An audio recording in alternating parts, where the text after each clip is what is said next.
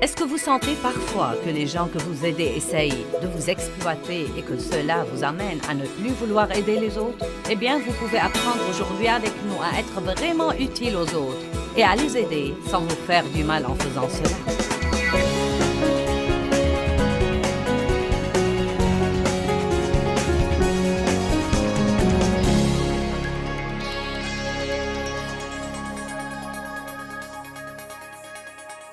Vous voyez, nous devons comprendre que tout le monde est égoïste. Et je ne dis pas ça dans le sens péjoratif. Nous aimons retirer des autres tout ce que nous pouvons retirer. Et donc, je crois que nous devons arrêter de nous attendre à ce que tous les autres nous traitent comme il faut. Et nous devons commencer à mettre des frontières qui disent aux autres, c'est ce que je vais faire et c'est ce que je ne vais pas faire. Je dirai oui à ceci, mais je dirai non à cela. Si Dieu dit non, je dirai non. Et si Dieu dit oui, alors je dirai oui. J'espère que vous aimerez ça. Mais si vous ne l'aimez pas...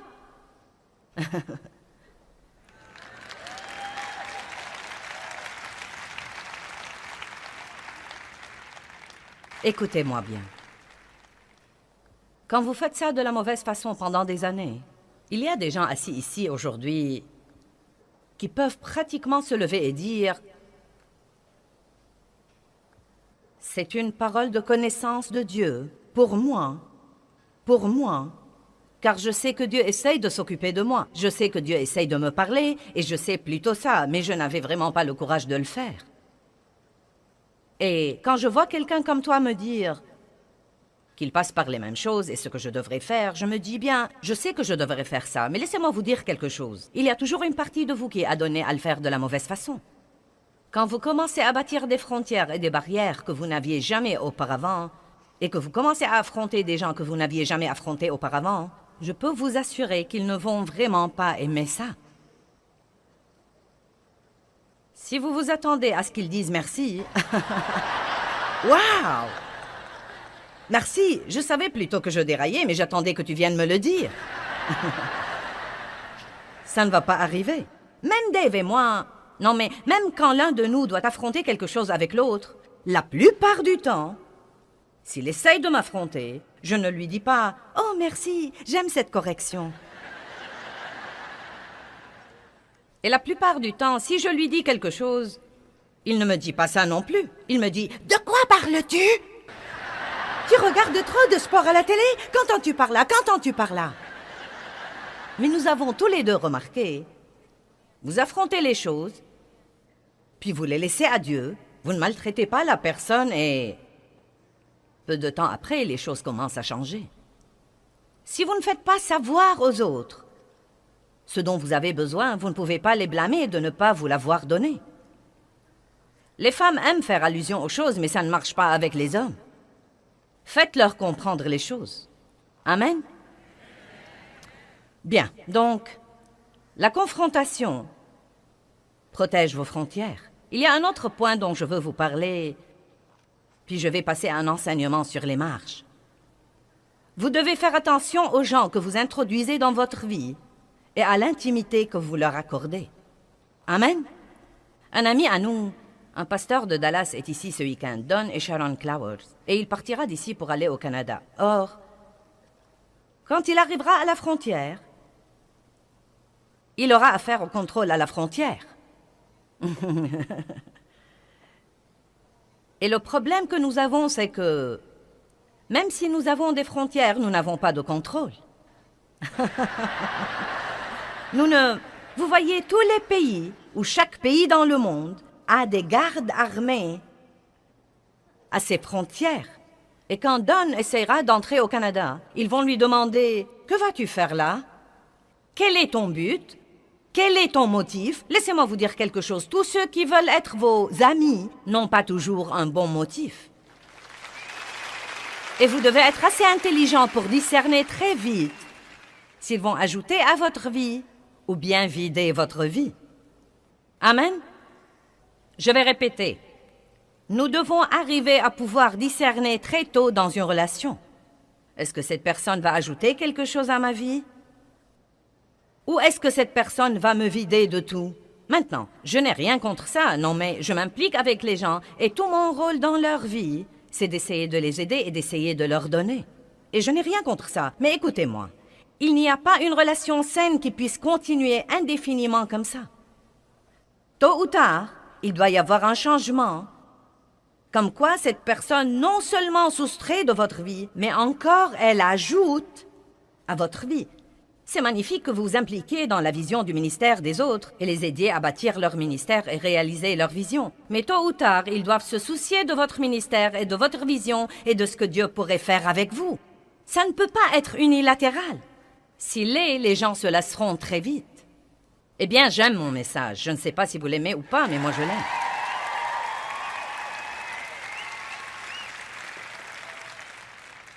Donc, quand Don va essayer d'entrer au Canada, ils vont lui dire « Quel est ton but? Pour combien de jours tu comptes rester ?» Ils pourraient même lui poser la même question de 4 ou 5 façons différentes pour voir s'ils peuvent le désarçonner. Ils pourraient même vouloir examiner ses bagages, voir s'il essaye d'introduire quelque chose qu'il a caché. Et finalement, s'ils n'ont rien contre lui, il entrera dans le pays. Je crois que nous devons faire un peu plus attention à qui nous introduisons dans notre vie, surtout si nous les introduisons dans des relations intimes. Une grande partie de la raison pour laquelle nous nous faisons du mal, c'est notre idiotie.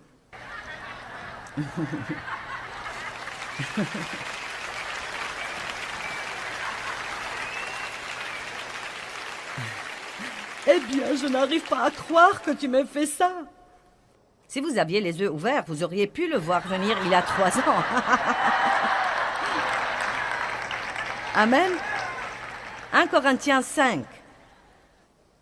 Je crois qu'il y a une épreuve parmi les chrétiens au sujet de qui ils devraient fréquenter. Et nous faisons ça de la mauvaise façon. Parfois, nous évitons tout le monde et nous leur donnons l'impression que nous nous considérons meilleurs qu'eux parce que nous pensons vraiment... Il ne faut pas. Et ensuite, nous traînons avec tous ces chrétiens inintelligents, bavards et avides, et immoraux, et qui couchent avec leurs petits amis, et tout ce genre de trucs stupides, et... Eh bien, vous savez, je veux juste essayer de les aider, vraiment. Eh bien, ils savent déjà que ce qu'ils font est mauvais.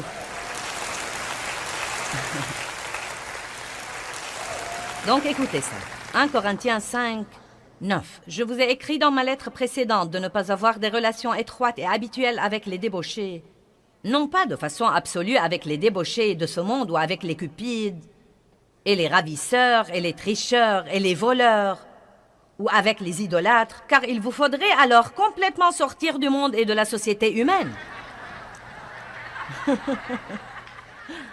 Donc, vous savez, comprenez que si vous essayez d'être un chrétien qui ne touche jamais à rien dans le monde, non, mais vous allez avoir du mal parce qu'il y a beaucoup de trucs là-bas. Mais il dit, maintenant ce que je vous dis, c'est de ne pas avoir des relations avec quelqu'un qui se nomme frère, mais est impudique ou cupide ou idolâtre, dont l'âme est attachée à n'importe quel objet, et il continue ou ivrogne, ou ravisseur, ou voleur, ou tricheur. Et il dit, vous ne devez même pas manger avec quelqu'un comme ça. Maintenant, l'hypothèse ici est que c'est une personne qui sait tout et quand même fait ce qu'il ne faut pas faire. Évidemment, il y a des chrétiens sur tous les niveaux de maturité spirituelle et nous ne disons pas de ne pas les aider pour les élever au niveau suivant. Mais vous savez, mettons par exemple que quelqu'un écoute mes sermons depuis 20 ans. Et si vous écoutez mes sermons depuis 20 ans, vous devez savoir quelque chose. Et donc, mettons qu'il écoute mes sermons depuis 20 ans. Il doit donc certainement savoir... Vous ne pouvez pas m'écouter pendant 20 ans et ne pas savoir que c'est mauvais de potiner et de médire des autres. Donc, disons que maintenant j'ai un ami qui, bien qu'il m'ait écouté pendant 20 ans, chaque fois que nous nous rencontrons, il ne fait que médire des autres. Maintenant, je dois mettre une frontière parce que sinon, je ne vais pas rester en sécurité. Car si je continue à parler et ouvrir mon cœur à cette personne qui empoisonne continuellement mon esprit avec le commérage, à ce moment-là, je vais me retrouver dans un piège et peut-être avoir mauvaise conscience à l'égard de quelqu'un juste à cause de ce que cette personne dit, et ce qu'elle dit n'est peut-être même pas vrai. Je dois donc l'affronter, que tout le monde dise affronter. Combien d'entre vous n'aiment pas la confrontation? Bon. Eh bien, à vrai dire, moi non plus. Vous ne pensez pas probablement que c'est le cas parce que je n'ai pas l'air d'avoir trop de problèmes à le faire ici. Mais lorsqu'il s'agit de relations individuelles et de personnes dont vous voulez être bien vues, vous savez, je n'aime pas côtoyer les gens fâchés. Et donc, beaucoup de fois, quand vous affrontez quelqu'un, vous devez supporter la crise qu'il va piquer pendant les 3 jours suivants. Et donc, nous préférons éviter ça et nous essayons de faire disparaître par la prière les choses dont Dieu veut que nous nous occupions. Amen. Donc, je dois mettre une frontière. Je dois dire, tu sais quoi, je t'aime bien, j'aime ton amitié, mais... tu sais, je ne veux pas te blesser, mais tu parles tout le temps des gens devant moi. Et ce n'est pas bien. Tu sais, ce n'est pas ce que Dieu veut que tu fasses. Maintenant, peut-être qu'il se fâchera un peu. Il sera blessé, mais il continue à le faire et rien ne change. Là, je dois passer au niveau suivant de confrontation. Si tu continues à faire ça, je ne pourrai plus être en relation avec toi. Maintenant, ma frontière doit se fortifier. Vous savez pourquoi? Parce que vous êtes responsable de vous-même. Vous êtes responsable de garder votre cœur. Écoutez ce que la Bible dit. Garde ton cœur plus que toute autre chose, car de lui sont les issues de la vie. Vous devez garder votre cœur. Vous devez avoir des contrôles à la frontière de votre vie.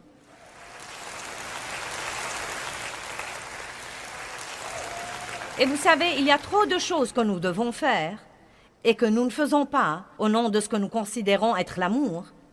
Et je ne sais pas si vous l'avez remarqué ou pas, mais Jésus était très franc. Et je vais vous montrer un autre cas que je trouve très bon. Allons à Galates chapitre 2, verset 11. Paul dit, vous savez, il se présentait en ce moment aux autres apôtres. Il était seul pour longtemps et maintenant il est finalement venu se présenter aux autres apôtres. Donc, comprenez ceci. Il ne connaissait même pas bien ces types. Ils avaient une grande réputation. Et lui, il commençait à avoir une réputation. Mais ils étaient tout un groupe et il était tout seul. Maintenant, vous pensez peut-être que dans ce genre de situation, il pourrait se sentir sous pression. Vous savez, il pourrait tout accepter juste pour pouvoir s'intégrer au groupe. Nous faisons ça parfois. Nous transigeons un peu sur des choses que nous n'approuvons pas parce que nous voulons faire partie du groupe.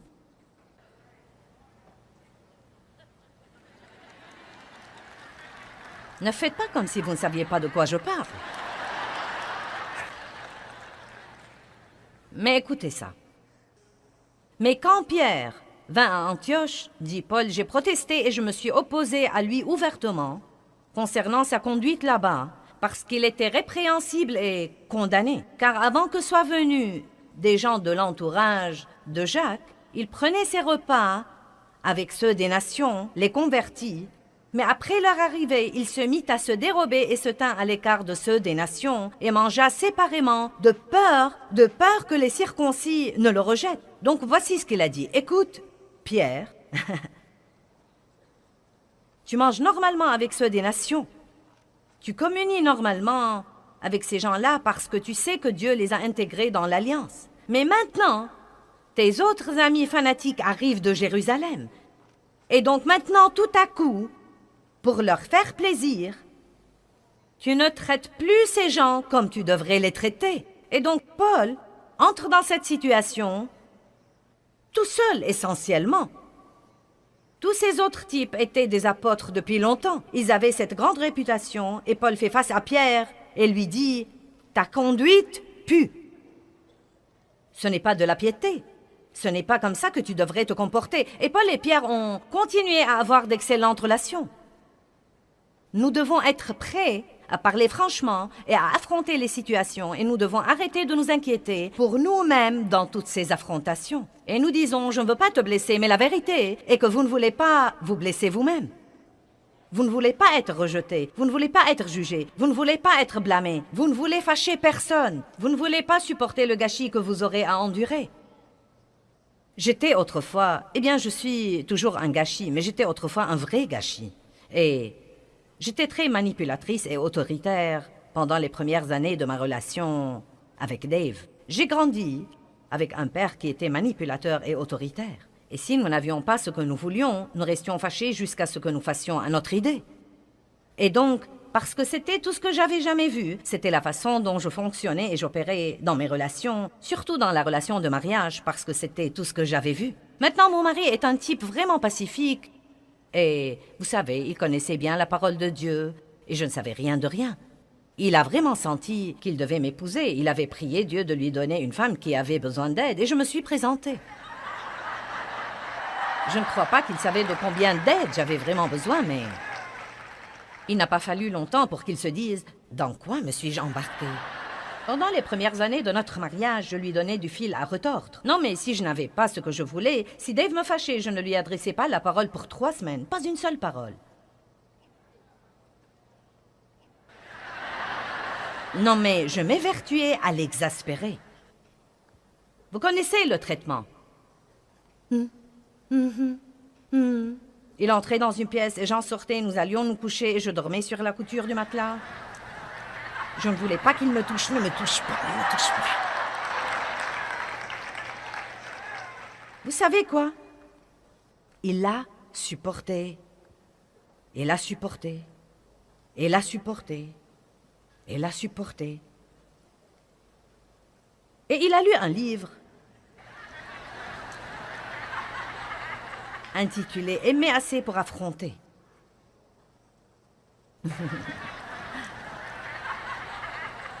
Et il a senti que Dieu lui a mis ce livre entre les mains parce qu'il était temps, pour moi, de grandir. Et il savait que s'il ne commençait pas à m'affronter, cela n'arriverait jamais. Quand vous vivez avec quelqu'un qui a de mauvaises habitudes, ce serait agréable de croire qu'il y aura un flash du ciel qui le changera, mais la vérité, c'est que Dieu vous utilisera. Peut-être, vous savez, nous ne pouvons pas changer les gens, nous ne devons pas entrer dans les œuvres de la chair pour changer les gens.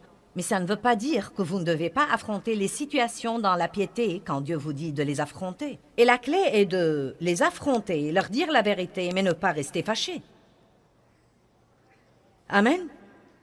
Et donc, Dave m'a amené ce fameux livre. Et il m'a dit, sache que j'ai lu ce livre. Et je me rends compte maintenant que je dois commencer à t'affronter, car nous savons tous les deux que ta façon d'agir n'est pas bonne. Et nous savons tous les deux que ta façon de me traiter est irrespectueuse et pas comme il faut. En fait, il m'a dit, si je déterminais ma valeur comme homme d'après ta façon de me traiter, j'aurais abandonné depuis longtemps.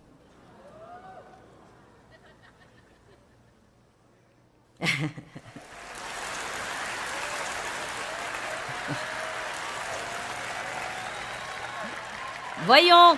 Chut. Écoutez ceci. Dieu m'a dit un jour, si tu montrais à ton mari la moitié du respect que tu montres à ton pasteur,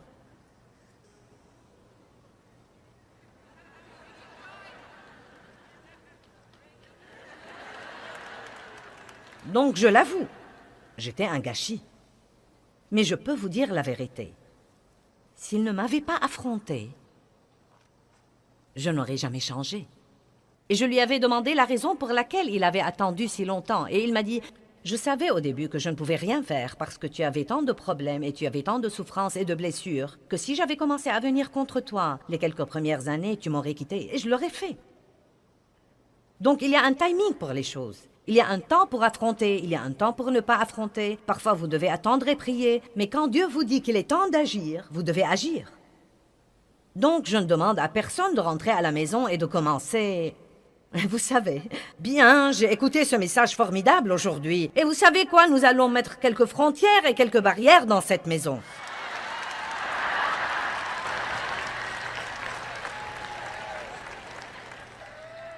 Je vais vous dire ce que vous devez faire si vous sentez que Dieu utilise ce message pour vous parler ou comme une confirmation de quelque chose qu'il vous a déjà mis dans le cœur depuis longtemps. Vous devez faire ce que Dave a fait. Il m'a averti. Il m'a dit, je vais commencer à t'affronter et je te dis dès maintenant que tu ne vas pas aimer ça. Mais si je ne fais pas ça, nous n'allons pas rester mariés. Si je ne fais pas ça, je désobéis à Dieu, car je sais que Dieu me l'a mis dans le cœur. Il sentait qu'il obéissait à Dieu, et si je n'y répondais pas comme il fallait, c'était mon problème et non pas le sien. Et croyez-moi, c'était la guerre. Non, mais je vous dis la vérité absolue. J'avais une telle rébellion dans mon âme. Maintenant, j'avais Jésus dans mon cœur, mais j'avais une rébellion dans mon âme. Est-ce que quelqu'un là sait de quoi je parle?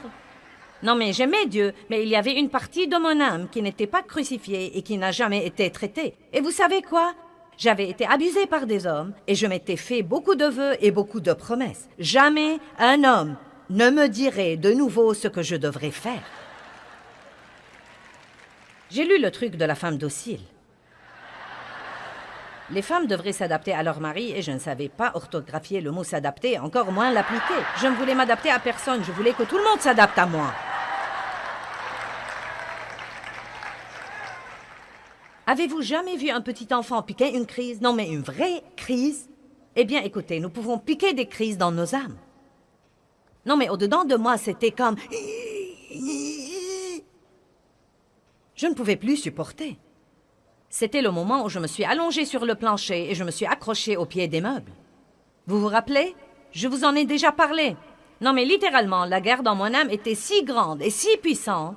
Et une partie de moi voulait obéir à Dieu, mais cette autre partie de moi était si rebelle parce que j'étais en réalité comme ça depuis si longtemps. Et je me rappelle un jour où j'étais allongée sur le plancher de mon bureau et que je m'accrochais au pied de mes meubles et que je disais « Dieu, s'il te plaît, Dieu, s'il te plaît, s'il te plaît, s'il te plaît, s'il te plaît, tu dois m'aider. » Non, mais je voulais aller à la pièce où Dave était et lui donner un coup sur la tête avec quelque chose. Non, mais je voulais lui arracher les cheveux. Et ce qui faisait empirer les choses, c'est que je savais qu'il avait raison. Allez, est-ce que j'ai des sœurs ici aujourd'hui?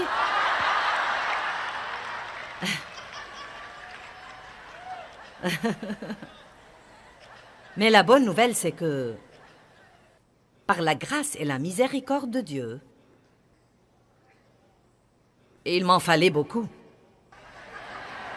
j'ai pu rester à l'intérieur des frontières de la parole de Dieu. Je voulais faire ce que Dieu voulait que je fasse, mais je veux que vous m'écoutiez aujourd'hui. Ça va être un peu différent de ce que je croyais. Je voulais rester à l'intérieur de la parole de Dieu, mais il fallait que quelqu'un vienne m'affronter.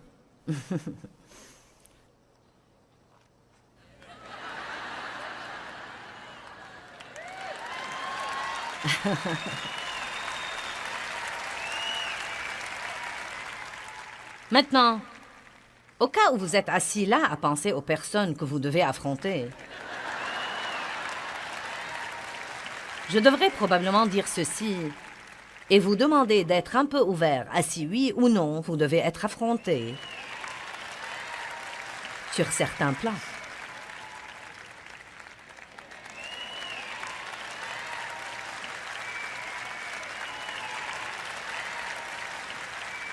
Je crois que s'il y a quelque chose que nous devons faire comme chrétiens, c'est que nous devons nous respecter, traiter les autres comme il faut. Nous devons respecter les frontières des autres. Et je me suis pratiquement décidée à ne pas être en relation avec des gens qui ne me respectent pas et ne respectent pas mes frontières. Et je sais que pour garder les choses comme il faut dans ma vie, il faut affronter les gens de temps en temps, et je n'aime pas ça. Ce n'est pas plus drôle pour moi que pour vous. C'est même plus dur pour moi que pour vous à cause de la façon dont j'ai été élevée. Mon père était furieux tout le temps. Et une des situations où je commence à céder, si je ne reste pas vraiment dans la prière, c'est que parfois je ne veux pas fâcher quelqu'un parce que j'ai vécu toute ma vie frustrée et fâchée dans une zone de guerre. Et surtout si c'est quelqu'un de proche, ça ne me dérange pas trop si c'est quelqu'un de lointain, mais si c'est quelqu'un que je dois côtoyer et le voir fâché, je n'aime pas ça. Et donc, je dois faire ça par la foi, tout comme je vous demande de le faire par la foi. Et là encore, ne rentrez pas à la maison pour commencer un tas de trucs. Vous devez prier, mais j'imagine que beaucoup d'entre vous avez des choses qui se passent dans vos relations où les gens vous exploitent. Vous le savez et Dieu le sait également. Dieu essaye de s'occuper de vous là-dessus. Il y a ceux d'entre vous qui avaient exploité les autres. Vous n'avez pas du tout respecté leurs frontières et leurs barrières. Et il est temps pour chacun d'entre nous de grandir et de comprendre que nous devons commencer à faire ce que Dieu nous dit de faire. Amen.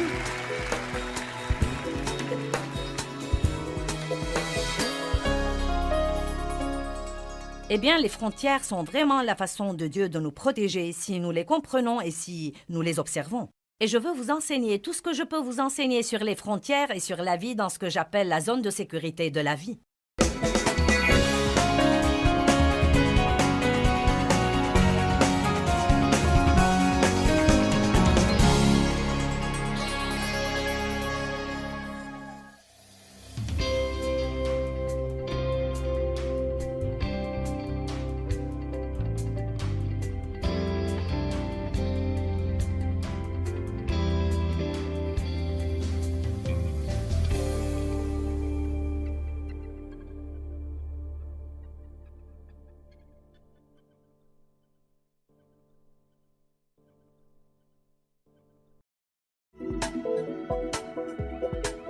Est-ce que vous sentez parfois que les gens que vous aidez essayent de vous exploiter et que cela vous amène à ne plus vouloir aider les autres? Eh bien, vous pouvez apprendre aujourd'hui avec nous à être vraiment utile aux autres et à les aider sans vous faire du mal en faisant cela.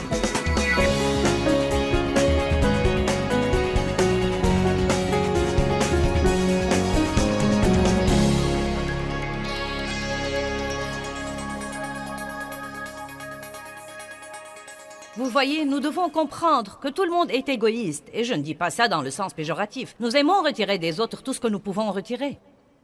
Et donc, je crois que nous devons arrêter de nous attendre à ce que tous les autres nous traitent comme il faut, et nous devons commencer à mettre des frontières qui disent aux autres, c'est ce que je vais faire, et c'est ce que je ne vais pas faire. Je dirai oui à ceci, mais je dirai non à cela. Si Dieu dit non, je dirai non. Et si Dieu dit oui, alors je dirai oui. J'espère que vous aimerez ça. Mais si vous ne l'aimez pas...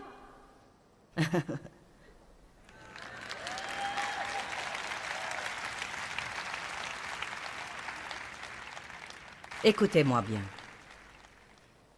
Quand vous faites ça de la mauvaise façon pendant des années, il y a des gens assis ici aujourd'hui qui peuvent pratiquement se lever et dire « C'est une parole de connaissance de Dieu pour moi, car je sais que Dieu essaye de s'occuper de moi. Je sais que Dieu essaye de me parler, et je sais plutôt ça, mais je n'avais vraiment pas le courage de le faire. » Et quand je vois quelqu'un comme toi me dire qu'il passe par les mêmes choses et ce que je devrais faire, je me dis bien, je sais que je devrais faire ça, mais laissez-moi vous dire quelque chose. Il y a toujours une partie de vous qui est adonnée à le faire de la mauvaise façon. Quand vous commencez à bâtir des frontières et des barrières que vous n'aviez jamais auparavant, et que vous commencez à affronter des gens que vous n'aviez jamais affrontés auparavant, je peux vous assurer qu'ils ne vont vraiment pas aimer ça. Si vous vous attendez à ce qu'ils disent merci... Waouh! Merci, je savais plutôt que je déraillais, mais j'attendais que tu viennes me le dire. Ça ne va pas arriver. Même Dave et moi... Non, mais même quand l'un de nous doit affronter quelque chose avec l'autre, la plupart du temps, s'il essaye de m'affronter, je ne lui dis pas « Oh, merci, j'aime cette correction. »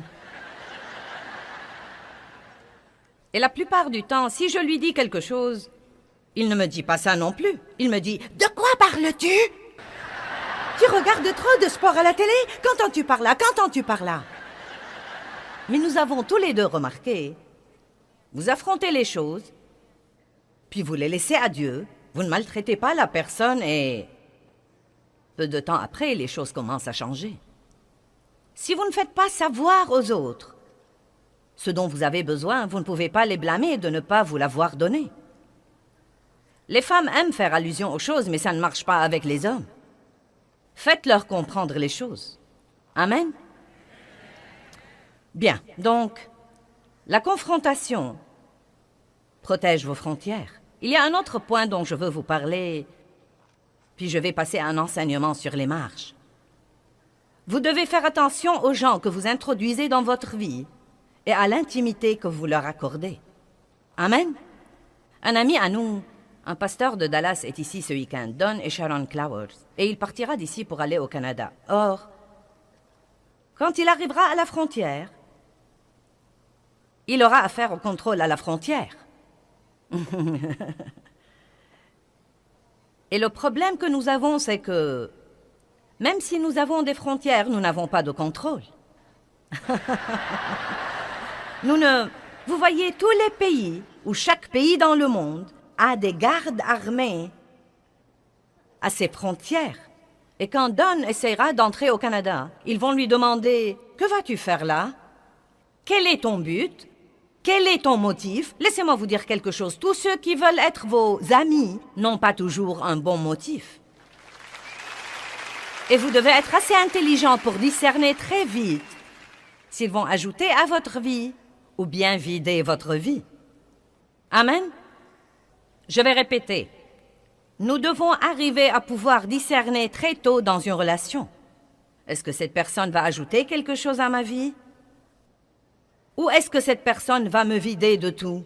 Maintenant, je n'ai rien contre ça, non, mais je m'implique avec les gens et tout mon rôle dans leur vie, c'est d'essayer de les aider et d'essayer de leur donner. Et je n'ai rien contre ça, mais écoutez-moi, il n'y a pas une relation saine qui puisse continuer indéfiniment comme ça. Tôt ou tard, il doit y avoir un changement. Comme quoi, cette personne non seulement soustrait de votre vie, mais encore elle ajoute à votre vie. C'est magnifique que vous vous impliquiez dans la vision du ministère des autres et les aidiez à bâtir leur ministère et réaliser leur vision. Mais tôt ou tard, ils doivent se soucier de votre ministère et de votre vision et de ce que Dieu pourrait faire avec vous. Ça ne peut pas être unilatéral. S'il l'est, les gens se lasseront très vite. Eh bien, j'aime mon message. Je ne sais pas si vous l'aimez ou pas, mais moi je l'aime.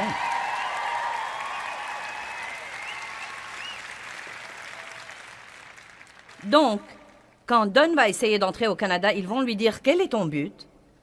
Pour combien de jours tu comptes rester ?» Ils pourraient même lui poser la même question de 4 ou 5 façons différentes pour voir s'ils peuvent le désarçonner. Ils pourraient même vouloir examiner ses bagages, voir s'il essaye d'introduire quelque chose qu'il a caché. Et finalement, s'ils n'ont rien contre lui, il entrera dans le pays. Je crois que nous devons faire un peu plus attention à qui nous introduisons dans notre vie, surtout si nous les introduisons dans des relations intimes. Une grande partie de la raison pour laquelle nous nous faisons du mal, c'est notre idiotie.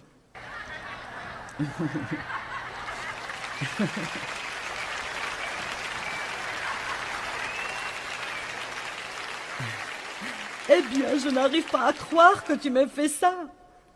Si vous aviez les yeux ouverts, vous auriez pu le voir venir il y a 3 ans. Amen. 1 Corinthiens 5. Je crois qu'il y a une épreuve parmi les chrétiens au sujet de qui ils devraient fréquenter. Et nous faisons ça de la mauvaise façon. Parfois, nous évitons tout le monde et nous leur donnons l'impression que nous nous considérons meilleurs qu'eux parce que nous pensons vraiment... Il ne faut pas. Et ensuite, nous traînons avec tous ces chrétiens inintelligents, bavards et avides, et immoraux, et qui couchent avec leurs petits amis, et tout ce genre de trucs stupides, et... Eh bien, vous savez, je veux juste essayer de les aider, vraiment. Eh bien, ils savent déjà que ce qu'ils font est mauvais.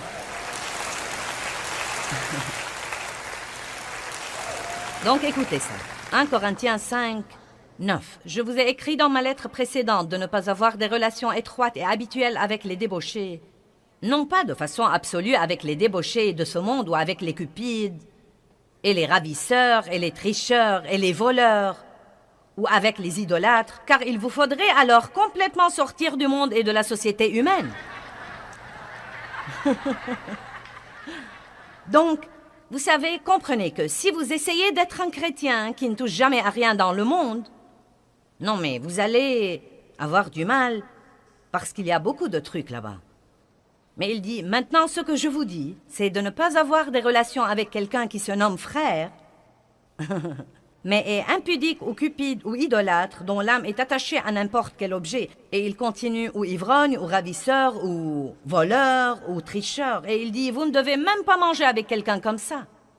Maintenant, l'hypothèse ici est que c'est une personne qui sait tout et quand même fait ce qu'il ne faut pas faire. Évidemment, il y a des chrétiens sur tous les niveaux de maturité spirituelle, et nous ne disons pas de ne pas les aider pour les élever au niveau suivant. Mais vous savez, mettons par exemple que...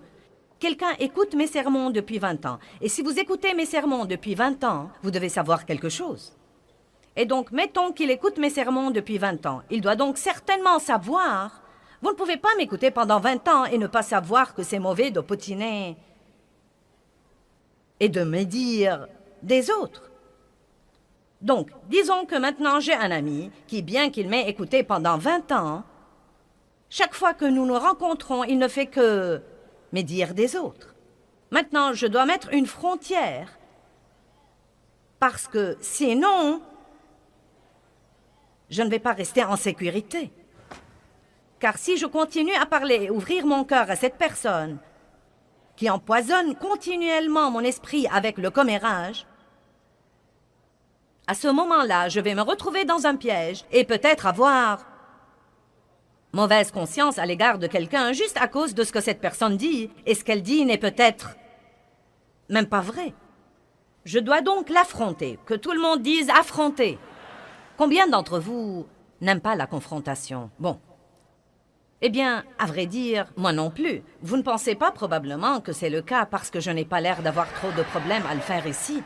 Mais lorsqu'il s'agit de relations individuelles et de personnes dont vous voulez être bien vues, vous savez, je n'aime pas côtoyer les gens fâchés. Et donc, beaucoup de fois, quand vous affrontez quelqu'un, vous devez supporter la crise qu'il va piquer pendant les 3 jours suivants. Et donc, nous préférons éviter ça et nous essayons de faire disparaître par la prière les choses dont Dieu veut que nous nous occupions. Amen. Donc, je dois mettre une frontière. Je dois dire, tu sais quoi, je t'aime bien, j'aime ton amitié, mais tu sais, je ne veux pas te blesser, mais tu parles tout le temps des gens devant moi. Et ce n'est pas bien. Tu sais, ce n'est pas ce que Dieu veut que tu fasses. Maintenant, peut-être qu'il se fâchera un peu. Il sera blessé, mais il continue à le faire et rien ne change. Là, je dois passer au niveau suivant de confrontation. Si tu continues à faire ça, je ne pourrai plus être en relation avec toi. Maintenant, ma frontière doit se fortifier. Vous savez pourquoi? Parce que vous êtes responsable de vous-même. Vous êtes responsable de garder votre cœur. Écoutez ce que la Bible dit. Garde ton cœur plus que toute autre chose, car de lui sont les issues de la vie. Vous devez garder votre cœur. Vous devez avoir des contrôles à la frontière de votre vie.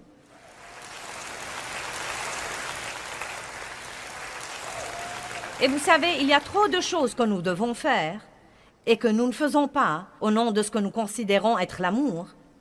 Et je ne sais pas si vous l'avez remarqué ou pas, mais Jésus était très franc. Et je vais vous montrer un autre cas que je trouve très bon. Allons à Galates chapitre 2, verset 11. Paul dit, vous savez, il se présentait en ce moment aux autres apôtres. Il était seul pour longtemps et maintenant il est finalement venu se présenter aux autres apôtres. Donc, comprenez ceci. Il ne connaissait même pas bien ces types. Ils avaient une grande réputation. Et lui, il commençait à avoir une réputation. Mais ils étaient tout un groupe et il était tout seul. Maintenant, vous pensez peut-être que dans ce genre de situation, il pourrait se sentir sous pression. Vous savez, il pourrait tout accepter juste pour pouvoir s'intégrer au groupe. Nous faisons ça parfois. Nous transigeons un peu sur des choses que nous n'approuvons pas parce que nous voulons faire partie du groupe.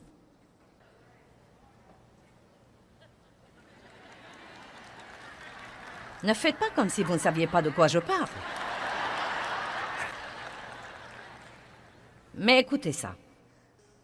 Mais quand Pierre vint à Antioche, dit Paul, j'ai protesté et je me suis opposé à lui ouvertement concernant sa conduite là-bas, parce qu'il était répréhensible et condamné. Car avant que soient venus des gens de l'entourage de Jacques, il prenait ses repas avec ceux des nations, les convertis, mais après leur arrivée, il se mit à se dérober et se tint à l'écart de ceux des nations et mangea séparément de peur que les circoncis ne le rejettent. Donc voici ce qu'il a dit. Écoute, Pierre,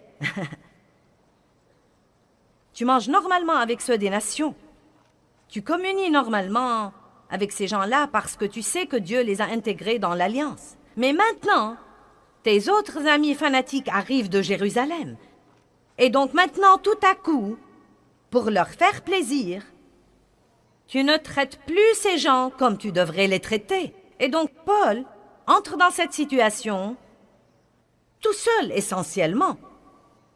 Tous ces autres types étaient des apôtres depuis longtemps. Ils avaient cette grande réputation et Paul fait face à Pierre et lui dit « Ta conduite pue. Ce n'est pas de la piété. Ce n'est pas comme ça que tu devrais te comporter. » Et Paul et Pierre ont continué à avoir d'excellentes relations. Nous devons être prêts à parler franchement et à affronter les situations. Et nous devons arrêter de nous inquiéter pour nous-mêmes dans toutes ces affrontations. Et nous disons, je ne veux pas te blesser, mais la vérité est que vous ne voulez pas vous blesser vous-même. Vous ne voulez pas être rejeté, vous ne voulez pas être jugé, vous ne voulez pas être blâmé, vous ne voulez fâcher personne, vous ne voulez pas supporter le gâchis que vous aurez à endurer. J'étais autrefois, je suis toujours un gâchis, mais j'étais autrefois un vrai gâchis. Et j'étais très manipulatrice et autoritaire pendant les premières années de ma relation avec Dave. J'ai grandi avec un père qui était manipulateur et autoritaire. Et si nous n'avions pas ce que nous voulions, nous restions fâchés jusqu'à ce que nous fassions à notre idée. Et donc, parce que c'était tout ce que j'avais jamais vu, c'était la façon dont je fonctionnais et j'opérais dans mes relations, surtout dans la relation de mariage, parce que c'était tout ce que j'avais vu. Maintenant, mon mari est un type vraiment pacifique. Et, vous savez, il connaissait bien la parole de Dieu, et je ne savais rien de rien.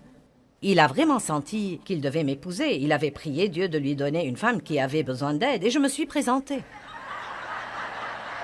Je ne crois pas qu'il savait de combien d'aide j'avais vraiment besoin, mais il n'a pas fallu longtemps pour qu'il se dise « Dans quoi me suis-je embarquée ?» Pendant les premières années de notre mariage, je lui donnais du fil à retordre. Non, mais si je n'avais pas ce que je voulais, si Dave me fâchait, je ne lui adressais pas la parole pour 3 semaines. Pas une seule parole.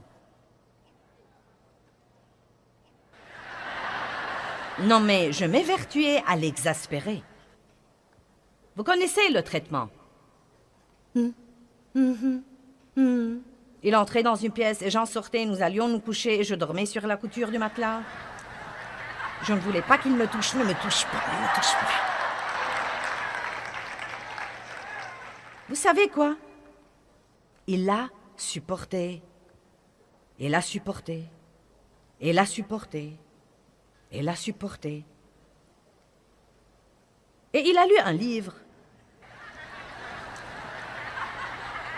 intitulé « Aimer assez pour affronter ».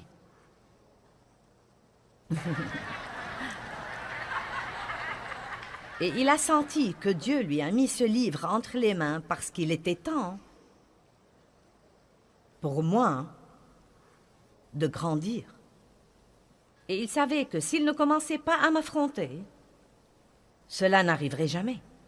Quand vous vivez avec quelqu'un qui a de mauvaises habitudes, ce serait agréable de croire qu'il y aura un flash du ciel qui le changera, mais la vérité, c'est que Dieu vous utilisera. Peut-être, vous savez, nous ne pouvons pas changer les gens, nous ne devons pas entrer dans les œuvres de la chair pour changer les gens. Mais ça ne veut pas dire que vous ne devez pas affronter les situations dans la piété quand Dieu vous dit de les affronter. Et la clé est de les affronter, leur dire la vérité, mais ne pas rester fâché. Amen. Et donc, Dave m'a amené ce fameux livre. Et il m'a dit, sache que j'ai lu ce livre. Et je me rends compte maintenant que je dois commencer à t'affronter, car nous savons tous les deux que ta façon d'agir n'est pas bonne. Et nous savons tous les deux que ta façon de me traiter est irrespectueuse et pas comme il faut.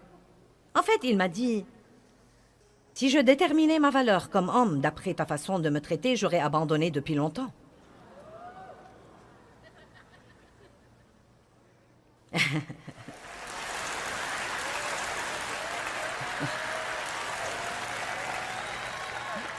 Voyons. Chut.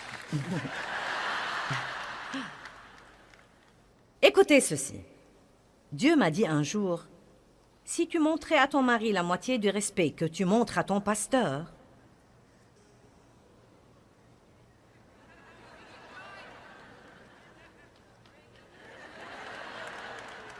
donc je l'avoue, j'étais un gâchis. Mais je peux vous dire la vérité. S'il ne m'avait pas affronté, je n'aurais jamais changé.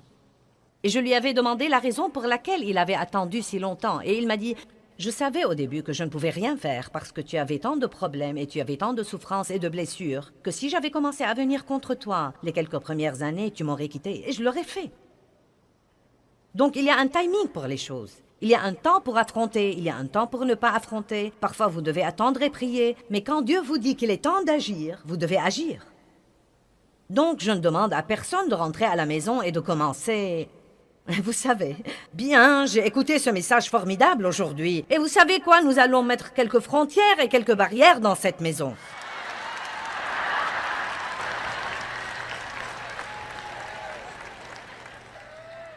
Je vais vous dire ce que vous devez faire si vous sentez que Dieu utilise ce message pour vous parler ou comme une confirmation de quelque chose qu'il vous a déjà mis dans le cœur depuis longtemps. Vous devez faire ce que Dave a fait. Il m'a averti. Il m'a dit, je vais commencer à t'affronter et je te dis dès maintenant que tu ne vas pas aimer ça. Mais si je ne fais pas ça, nous n'allons pas rester mariés. Si je ne fais pas ça, je désobéis à Dieu, car je sais que Dieu me l'a mis dans le cœur. Il sentait qu'il obéissait à Dieu, et si je n'y répondais pas comme il fallait, c'était mon problème et non pas le sien. Et croyez-moi, c'était la guerre. Non mais je vous dis la vérité absolue, j'avais une telle rébellion dans mon âme. Maintenant, j'avais Jésus dans mon cœur, mais j'avais une rébellion dans mon âme. Est-ce que quelqu'un là sait de quoi je parle? Non, mais j'aimais Dieu, mais il y avait une partie de mon âme qui n'était pas crucifiée et qui n'a jamais été traitée. Et vous savez quoi? J'avais été abusée par des hommes et je m'étais fait beaucoup de vœux et beaucoup de promesses. Jamais un homme ne me dirait de nouveau ce que je devrais faire. J'ai lu le truc de la femme docile. Les femmes devraient s'adapter à leur mari et je ne savais pas orthographier le mot s'adapter, encore moins l'appliquer. Je ne voulais m'adapter à personne, je voulais que tout le monde s'adapte à moi. Avez-vous jamais vu un petit enfant piquer une crise? Non, mais une vraie crise? Eh bien, écoutez, nous pouvons piquer des crises dans nos âmes. Non, mais au-dedans de moi, c'était comme... Je ne pouvais plus supporter. C'était le moment où je me suis allongée sur le plancher et je me suis accrochée au pied des meubles. Vous vous rappelez? Je vous en ai déjà parlé. Non, mais littéralement, la guerre dans mon âme était si grande et si puissante, et une partie de moi voulait obéir à Dieu, mais cette autre partie de moi était si rebelle parce que j'étais en réalité comme ça depuis si longtemps. Et je me rappelle un jour où j'étais allongée sur le plancher de mon bureau et que je m'accrochais au pied de mes meubles et que je disais « Dieu, s'il te plaît !» S'il te plaît, Dieu, s'il te plaît, s'il te plaît, s'il te plaît, s'il te plaît, tu dois m'aider. Non, mais je voulais aller à la pièce où Dave était et lui donner un coup sur la tête avec quelque chose. Non, mais je voulais lui arracher les cheveux. Et ce qui faisait empirer les choses, c'est que je savais qu'il avait raison. Allez, est-ce que j'ai des sœurs ici aujourd'hui?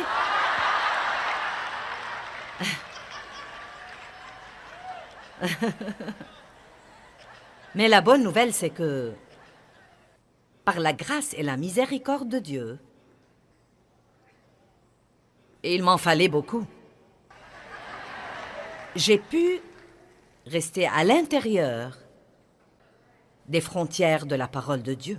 Je voulais faire ce que Dieu voulait que je fasse, mais je veux que vous m'écoutiez aujourd'hui. Ça va être un peu différent de ce que je croyais. Je voulais rester à l'intérieur de la parole de Dieu, mais il fallait que quelqu'un vienne m'affronter.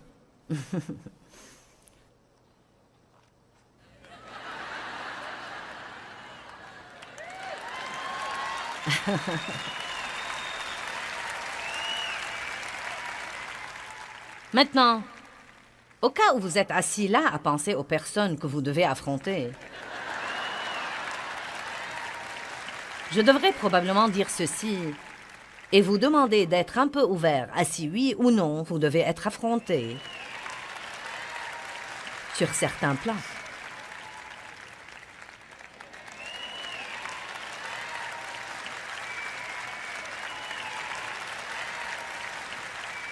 Je crois que s'il y a quelque chose que nous devons faire comme chrétiens, c'est que nous devons nous respecter, traiter les autres comme il faut. Nous devons respecter les frontières des autres.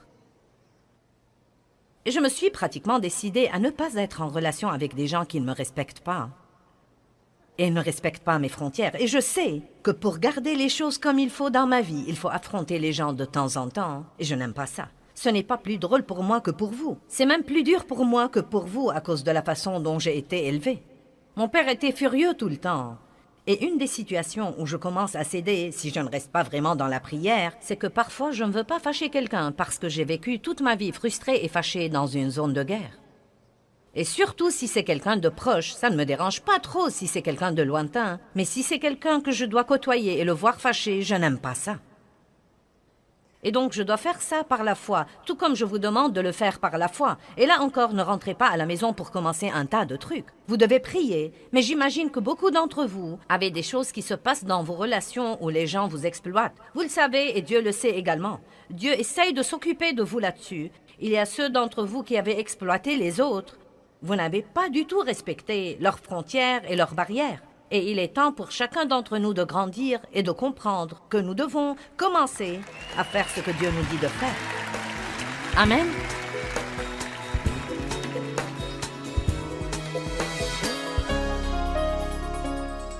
Eh bien, les frontières sont vraiment la façon de Dieu de nous protéger si nous les comprenons et si nous les observons. Et je veux vous enseigner tout ce que je peux vous enseigner sur les frontières et sur la vie dans ce que j'appelle la zone de sécurité de la vie.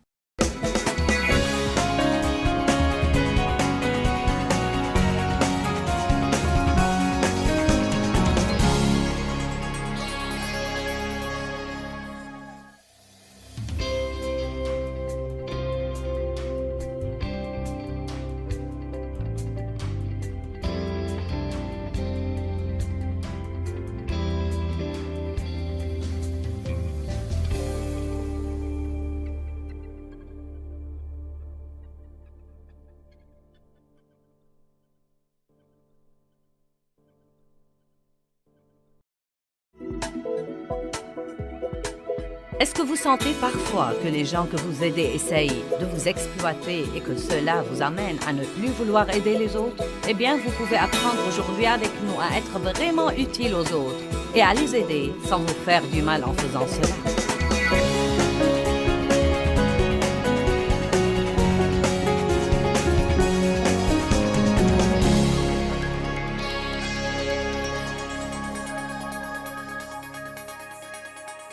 Vous voyez, nous devons comprendre que tout le monde est égoïste, et je ne dis pas ça dans le sens péjoratif. Nous aimons retirer des autres tout ce que nous pouvons retirer. Et donc je crois que nous devons arrêter de nous attendre à ce que tous les autres nous traitent comme il faut, et nous devons commencer à mettre des frontières qui disent aux autres, c'est ce que je vais faire, et c'est ce que je ne vais pas faire. Je dirai oui à ceci, mais je dirai non à cela. Si Dieu dit non, je dirai non. Et si Dieu dit oui, alors je dirai oui. J'espère que vous aimerez ça. Mais si vous ne l'aimez pas...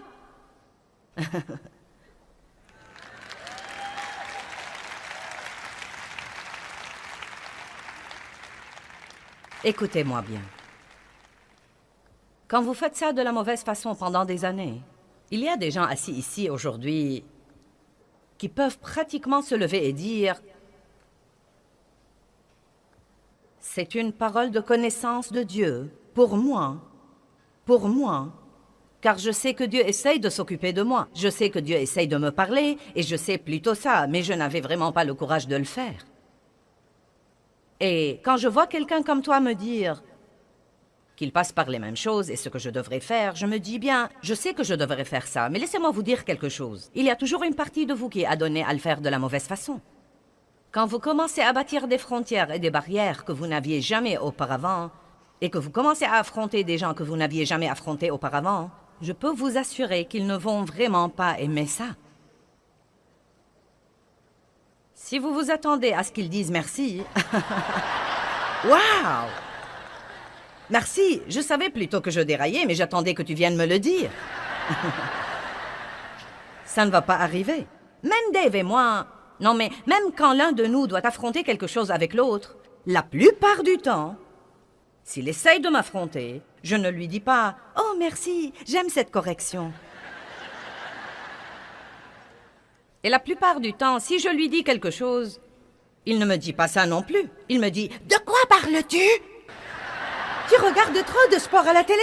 Qu'entends-tu par là? Qu'entends-tu par là? » Mais nous avons tous les deux remarqué, vous affrontez les choses, puis vous les laissez à Dieu, vous ne maltraitez pas la personne et...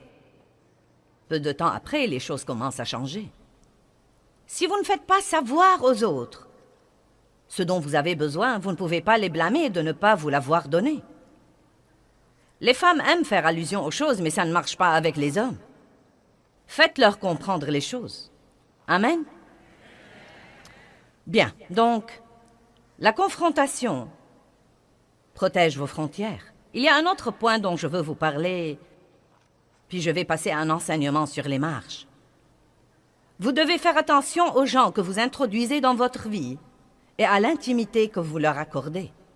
Amen. Un ami à nous, un pasteur de Dallas, est ici ce week-end, Don et Sharon Clowers, et il partira d'ici pour aller au Canada. Or, quand il arrivera à la frontière, il aura affaire au contrôle à la frontière. Et le problème que nous avons, c'est que même si nous avons des frontières, nous n'avons pas de contrôle.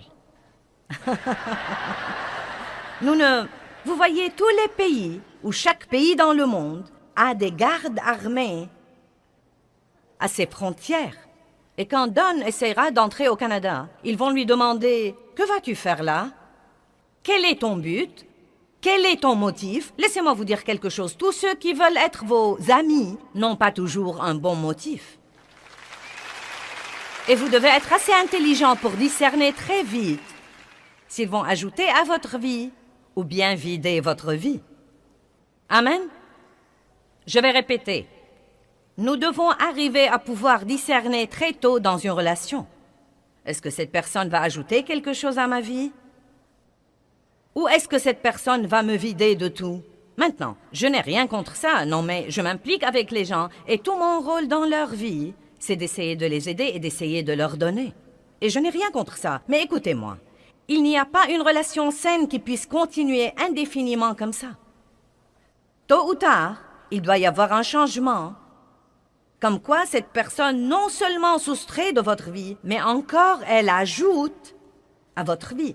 C'est magnifique que vous vous impliquiez dans la vision du ministère des autres et les aidiez à bâtir leur ministère et réaliser leur vision. Mais tôt ou tard, ils doivent se soucier de votre ministère et de votre vision et de ce que Dieu pourrait faire avec vous. Ça ne peut pas être unilatéral. S'il l'est, les gens se lasseront très vite. Eh bien, j'aime mon message. Je ne sais pas si vous l'aimez ou pas, mais moi je l'aime.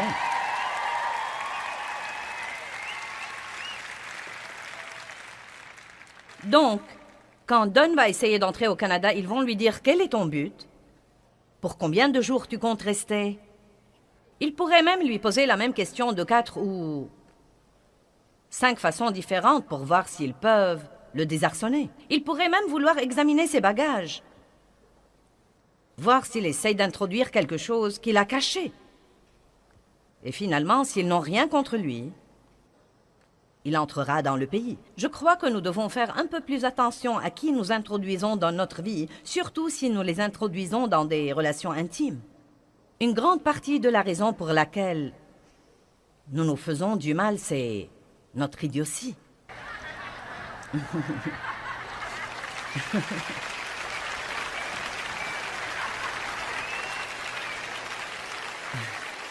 Eh bien, je n'arrive pas à croire que tu m'aies fait ça. Si vous aviez les yeux ouverts, vous auriez pu le voir venir il y a 3 ans.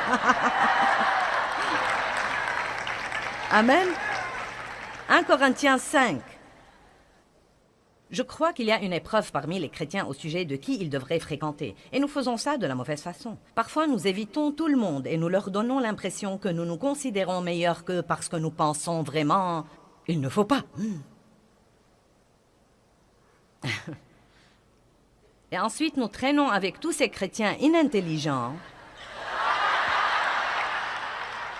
bavards et avides, et immoraux, et qui couchent avec leurs petits amis, et tout ce genre de trucs stupides, et... Eh bien, vous savez, je veux juste essayer de les aider, vraiment. Eh bien, ils savent déjà que ce qu'ils font est mauvais.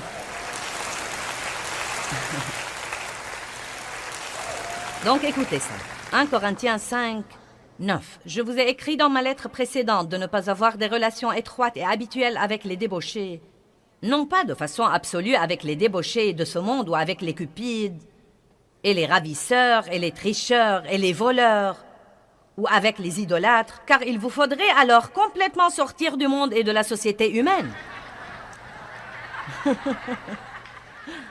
Donc, vous savez, comprenez que si vous essayez d'être un chrétien qui ne touche jamais à rien dans le monde, non, mais vous allez avoir du mal parce qu'il y a beaucoup de trucs là-bas.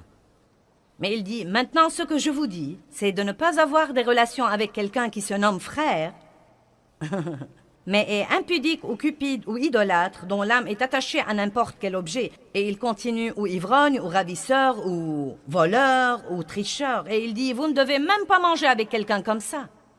Maintenant, l'hypothèse ici est que c'est une personne qui sait tout et quand même fait ce qu'il ne faut pas faire. Évidemment, il y a des chrétiens sur tous les niveaux de maturité spirituelle, et nous ne disons pas de ne pas les aider pour les élever au